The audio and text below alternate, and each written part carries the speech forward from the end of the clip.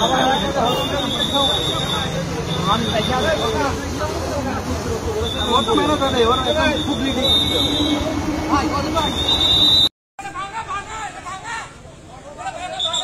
আলাইকুম। এই মুহূর্তে দেখতে পাচ্ছেন আপনারা ঝিনাইদহ চুয়াডাঙ্গা মহাসড়কে একটি দুর্ঘটনা এবং শহীদ কাজী রবি রহমান হাসপাতালে এই বাসটি অ্যাক্সিডেন্ট করে প্রায় 7-8 জন আহত হয়েছে, 7-8 জন মারা গেছে এবং আহত অবস্থায় আছে, গুরুতর আহত অবস্থায়।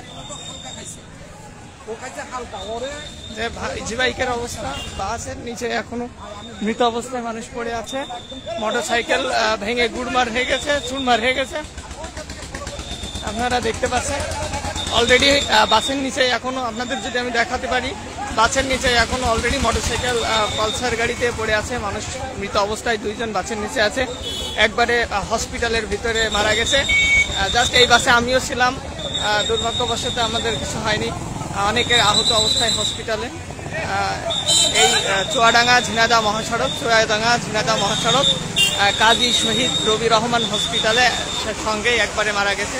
অর্থাৎ 2টা ইজি বাইক এবং একটি মোটরসাইকেল নিয়ে এই দুর্ঘটনাটা সংঘটিত হয়।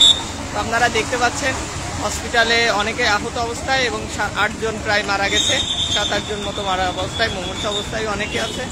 2 ইজি বাইক ভর্তি যারা ছিল তারা সবাই প্রায় মৃত অবস্থায় চলে গেছে। তো এই ছিল বর্তমান বাস ড্রাইভাররা নিয়ম মেনে বাস না চালানোর কারণে এই সমস্যাটার সাথে, বাস নিয়ম না মেনে বাস চালানোর কারণে এই সমস্যাটার সম্মুখীন হচ্ছে। এবং যেমন কুষ্টিয়া এবং খুলনা কুষ্টিয়া মহাসড়ক গড়াই গাড়ির যেমন বেপরোয়া, এবং ঝিনাইদহ এবং চুয়াডাঙ্গার যে সকল লোকাল বাসগুলো আছে তারা খুব বেপরোয়াভাবে গাড়ি চালাচ্ছে, যার কারণে নিয়মিত দুর্ঘটনার শিকার হচ্ছে।